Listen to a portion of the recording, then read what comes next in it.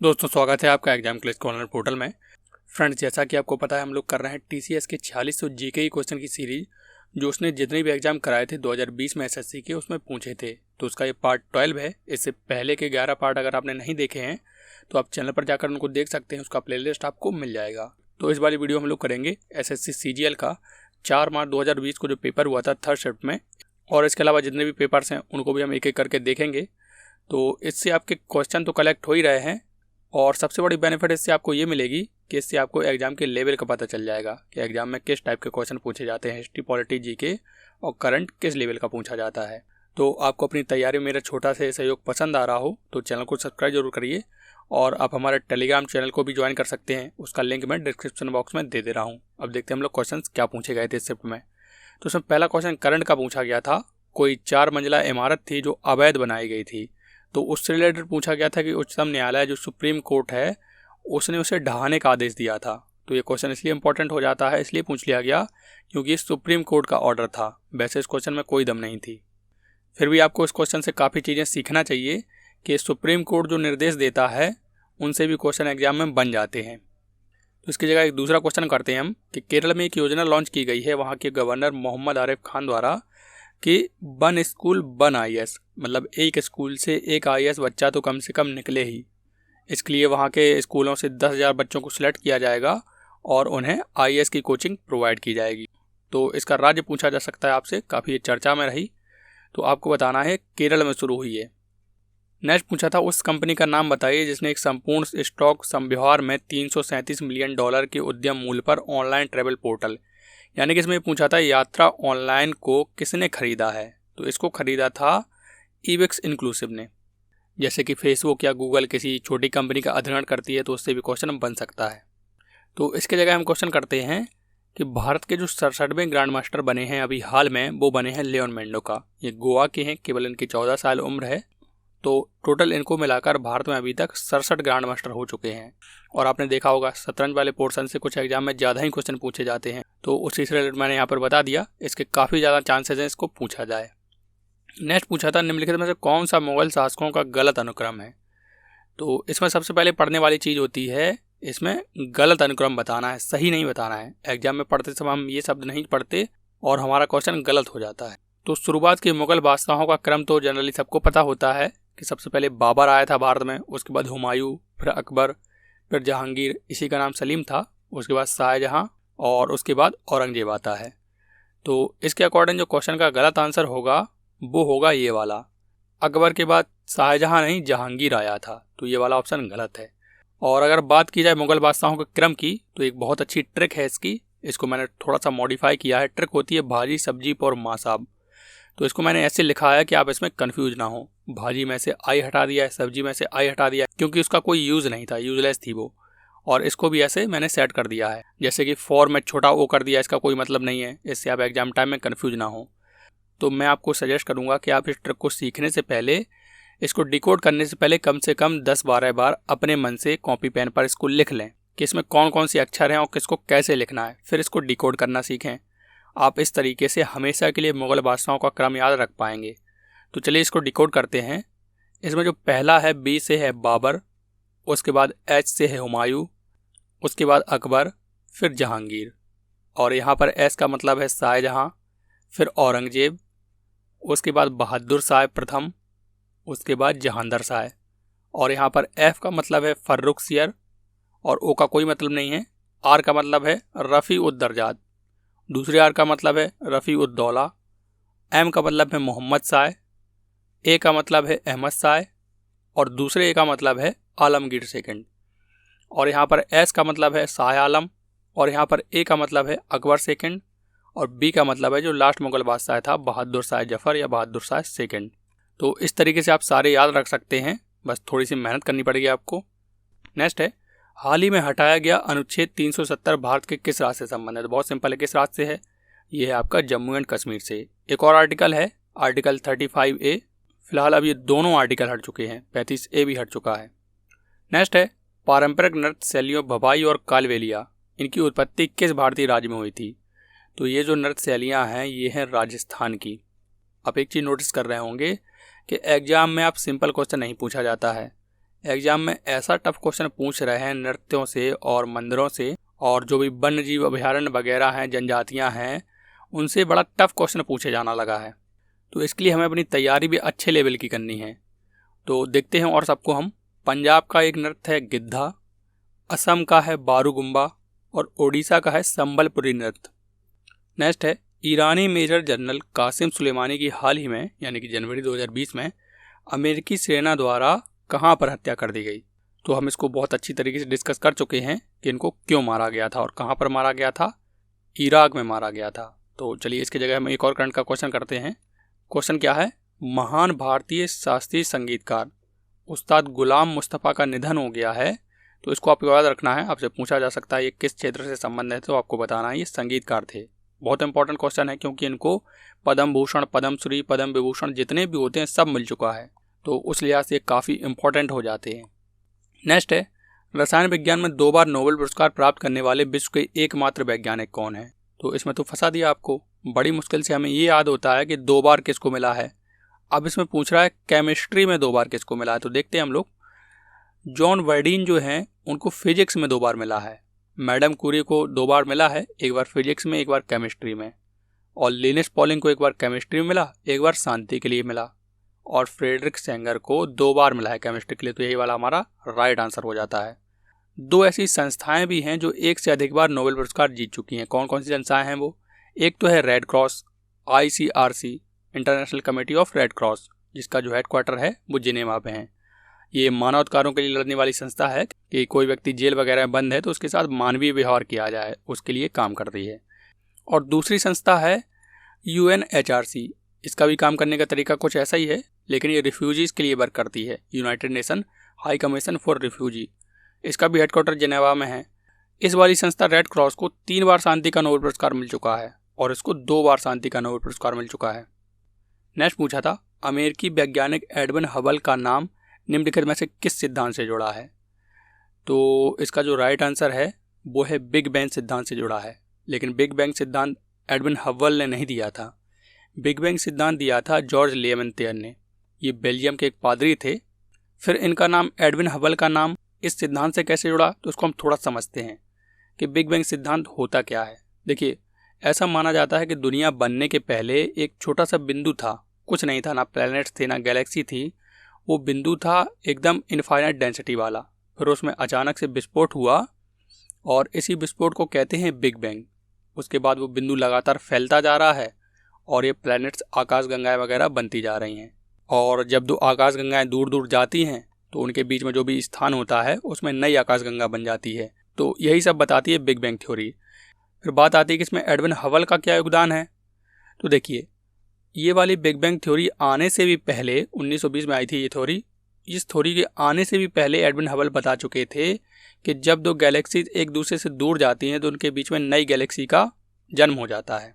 और ये भी बताया था उन्होंने कि जो गैलेक्सी जितनी दूर होती हैं वो एक दूसरे से उतने ही तेज़ी से दूर भागती हैं।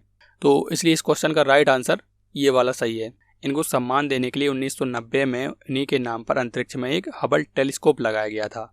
ये टेलीस्कोप अंतरिक्ष की तस्वीरें लेकर धरती पर भेजता है, जिससे हमें बहुत मदद मिलती है। और आपने डेस्कटॉप पे ये वाला वॉलपेपर जरूर देखा होगा लोगों के।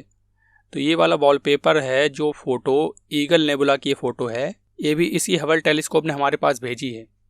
नेक्स्ट है, विजयवाड़ा शहर निम्नलिखित में से किस नदी किनारे स्थित है। तो बढ़िया क्वेश्चन था। विजयवाड़ा है कृष्णा नदी किनारे। और महानदी किनारे कौन सा शहर है? महानदी किनारे है कटक, जो कि उड़ीसा में है।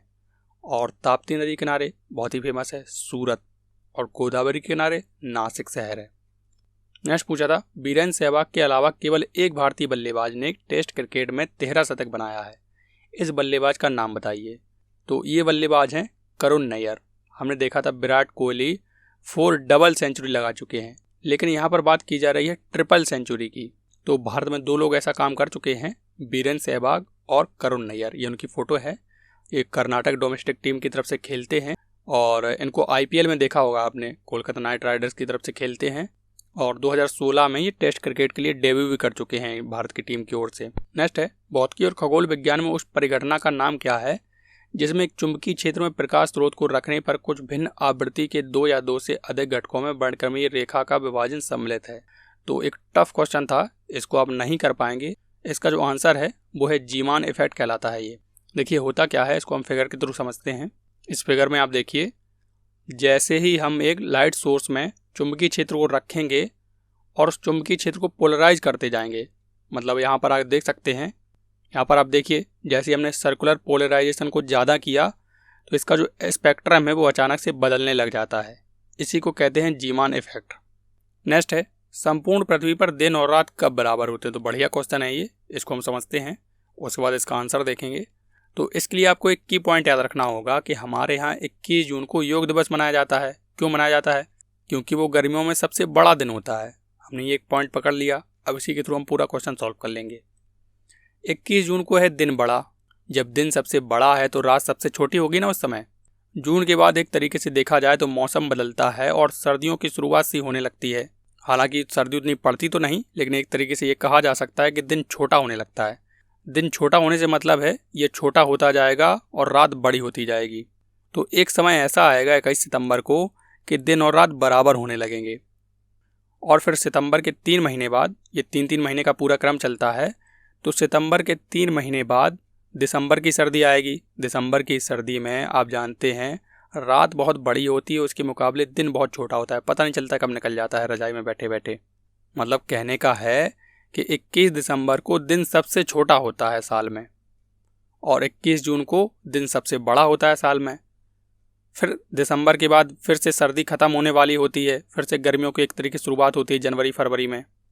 तो फिर से दिसंबर के 3 महीने बाद फिर से दिन बड़ा होने लगेगा और ये दिन बड़ा होते होते रात के बराबर पहुंच जाएगा। तो 21 मार्च को ऐसी स्थिति आएगी कि दिन रात बराबर हो जाएंगे। अब हम इस क्वेश्चन के आंसर तक पहुंचने की कोशिश करते हैं। इस क्वेश्चन में पूछा गया है इक्वल डे एंड नाइट्स। तो इसमें हमने वर्ड पकड़ा इक्वल, और क्वेश्चन के ऑप्शन में कौन सा इक्वल दिख रहा है? तो आप देखिए यहाँ पर ये वाला वर्ड आया है इक्विनॉक्स, इसमें इक्वल छुपा हुआ है। तो यही वाला 4th वाला हमारा राइट आंसर हो जाएगा। विषुव के दिन या डे ऑफ इक्विनॉक्स के दिन दिन रात बराबर होते हैं और ये घटना 2 बार होती है, 21 सितंबर को और 21 मार्च को। फिर आप पूछेंगे क्या हमेशा 21 तारीख को ही ये घटना होती है? तो इसका आंसर है नहीं, 21 तारीख को नहीं होती है, 21 तारीख के आसपास ही होती है। मैंने आपको बस याद रखने के लिए बता दिया है। अब इस फिगर को आप आसानी से समझ लेंगे।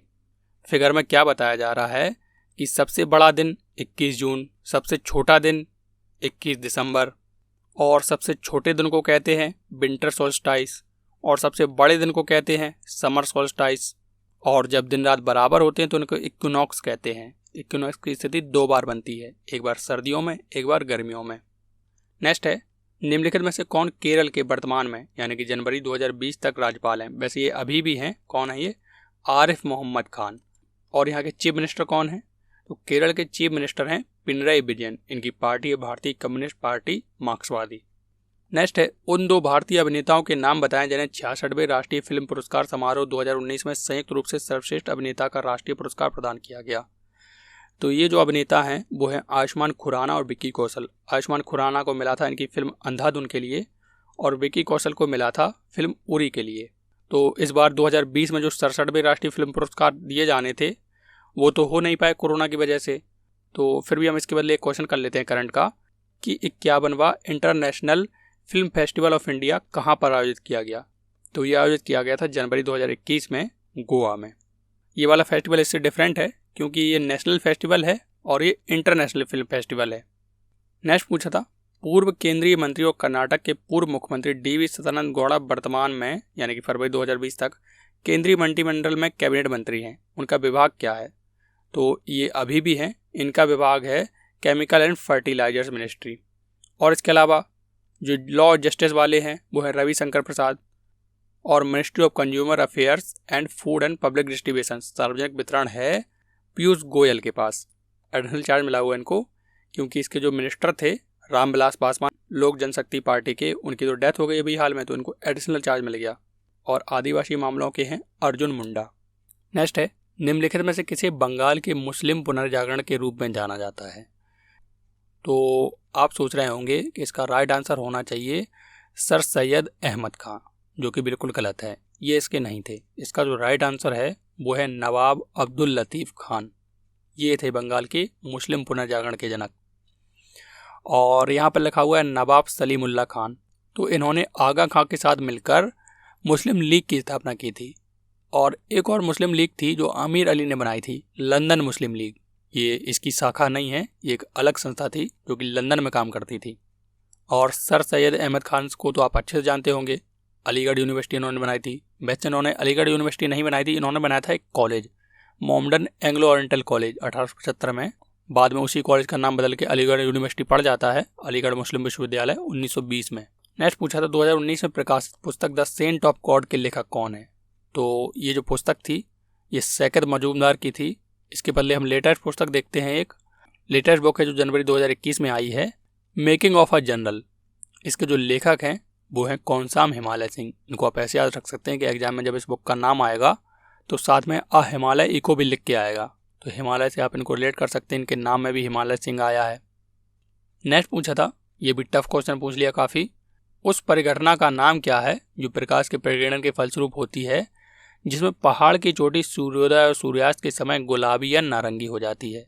तो देखिए, इसमें प्रकाश के परिकिरण से पहाड़ की जो चोटियां हैं वो सूर्योदय और सूर्यास्त के समय लाल हो जाती हैं। आपने बादलों को भी देखा होगा, जब शाम के समय बादल जो होते हैं खुले आसमान में, आसमान साफ हो तो कुछ रेड कलर के दिखाई देने लगते हैं। ये कहलाता है एल्पेनग्लो इफेक्ट। अब इसका नाम एल्पेनग्लो क्यों पड़ा, क्योंकि इसमें देखिए आल्प छुपा हुआ है, आल्प एनग्लो, मतलब जो आल्प पर्वत है इटली का वो चमकने लग जाए, तो ये वहीं से आया है शब्द, इसलिए इसका नाम एल्पेनग्लो पड़ गया। नेक्स्ट पूछा था जनवरी 2020 तक अंतर्राष्ट्रीय मुद्रा कोष IMF के कितने सदस्य थे। तो जनवरी 2020 तक तो 189 थे, लेकिन अभी बढ़ चुके हैं। कितने हो गए हैं, अंडोरा ने ज्वाइन किया है 16 अक्टूबर 2020 में, उस तरीके से टोटल 200 सदस्य हो चुके हैं। अंडोरा एक बहुत छोटी सी कंट्री है। बात की जाए अगर मैप में इसको ढूंढने की, तो मैप के साथ साथ आपको एक लेंस भी चाहिए होगा जिससे आप इसको ढूंढ सकें। देखिए, ये है आपकी फ्रांस और स्पेन की सीमा पर, बहुत छोटा सा देश है ये, यहाँ पर इसको जूम करके बताया गया है। नेक्स्ट पूछा था तीसरे खेलो इंडिया यूथ गेम 2020 की मेजबानी किस भारतीय राज्य द्वारा की गई। तो ये असम द्वारा की गई थी, सबको पता है, लेकिन फोर्थ कहाँ पर होगा, फोर्थ होगा हरियाणा में। इसके बारे में डिस्कस कर चुके हैं हम लोग। नेक्स्ट है 2019 पद्म विभूषण विजेता तीजन बाई निम्नलिखित में से किस राज्य से हैं। इसके पहले हम एक देखते हैं क्वेश्चन कि 2021 में पद्म विभूषण विजेता शिंजो आबे कहाँ से, ये पूछा जा सकता है। ये रिलेटेड है जापान से, जापान के एक्स प्राइम मिनिस्टर हैं, इनको मिला है पद्म विभूषण 2021 का, एक विदेशी हैं ये। नेक्स्ट है निम्नलिखित में से कौन सा ऊर्जा रूपांतरण जो प्रकाश संश्लेषण नामक प्रक्रिया में होता है। तो प्रकाश संश्लेषण फोटोसिंथेसिस में प्रकाश ऊर्जा से रासायनिक ऊर्जा बनती है, क्योंकि जो ग्लूकोज वगैरह है वो भी तो एक तरीके केमिकल ही हैं, तो इसलिए इसका बी वाला आंसर सही हो जाएगा। नेक्स्ट था उस समय ब्रिटिश भारत का तत्कालीन गवर्नर जनरल कौन था जब सती प्रथा अवैध और दंडनीय घोषित की गई। तो सबको पता है राजन राम मोहन राय ने किसके साथ मिलकर सती प्रथा बंद करवाई थी, लॉर्ड विलियम बेंटिंग के साथ मिलकर बंद करवाई थी 1829 में। नेक्स्ट पूछा था निम्नलिखित में से कौन सा अंटार्कटिका क्षेत्र में स्थित एक भारतीय अनुसंधान केंद्र है। तो अंटार्कटिका में है हमारा मैत्री। वैसे अंटार्कटिका में 3 थे, जिनमें से एक नष्ट हो गया, 2 अभी भी काम कर रहे हैं। दक्षिण गंगोत्री अब काम नहीं करता, ये नष्ट हो चुका है, और मैत्री और भारती अभी वर्तमान में काम कर रहे हैं। और इसके अलावा आपसे उत्तरी ध्रुव में पूछ दिया जाए, क्योंकि अंटार्कटिका तो दक्षिणी ध्रुव में है, अंटार्कटिका में जैसी बर्फ जमी रहती है वैसी ही बर्फ उत्तरी ध्रुव में भी जमी रहती है। उत्तरी ध्रुव को आर्कटिक कहा जाता है। तो उत्तरी ध्रुव में हमारा है हिमाद्री रिसर्च स्टेशन। इससे भी बहुत बार क्वेश्चन पूछा जाता है।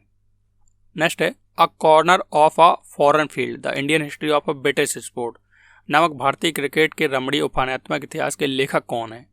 तो इसके जो लेखक हैं वो है रामचंद्र गुहा। करंट का क्वेश्चन नहीं है ये, 2002 में आई थी ये बुक, बहुत फेमस है, बार बार पूछी जाती है। तो फ्रेंड्स, इस तरीके के हमने सेट के 25 क्वेश्चंस। आई होप आपको वीडियो पसंद आया होगा। वीडियो अच्छा लगा हो तो उसे लाइक करिए, और अगर आप चैनल पर नए हैं तो चैनल को सब्सक्राइब जरूर करिए, जिससे आने वाले वीडियो का नोटिफिकेशन आप तक पहुंच सके। और इसके अलावा आप हमारे टेलीग्राम चैनल को भी ज्वाइन कर सकते हैं, जिसका लिंक मैं डिस्क्रिप्शन में दे रहा हूँ। तो मिलते हैं नेक्स्ट वीडियो में, तब तक पढ़ते रहिए, मस्त रहिए, मुस्कुराते रहिए। जय हिंद, जय भारत।